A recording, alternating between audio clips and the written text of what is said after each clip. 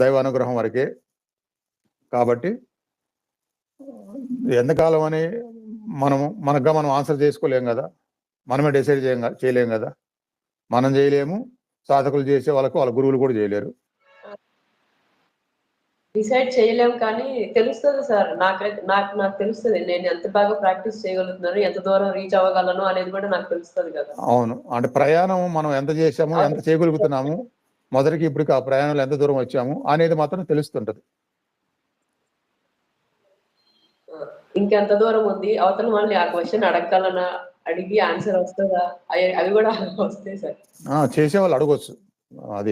అదే కదా మనం అనుకుంటున్నాం. అసలు ప్రయాణం మొదలు పెట్టకుండా, నువ్వు ఆ ప్రయాణం మొదటి మెట్టు ఎక్కకుండా చివరి మెట్టు గురించి అడిగి ప్రయోజనం ఏముంది? అదే కదా మనం అనుకుంటాం. ప్రయాణం మొదలుపెట్టి మొదటి మెట్టు అన్నా ఎక్కాలి. అసలు ఎక్కకుండా మీకు చివరి మెట్టు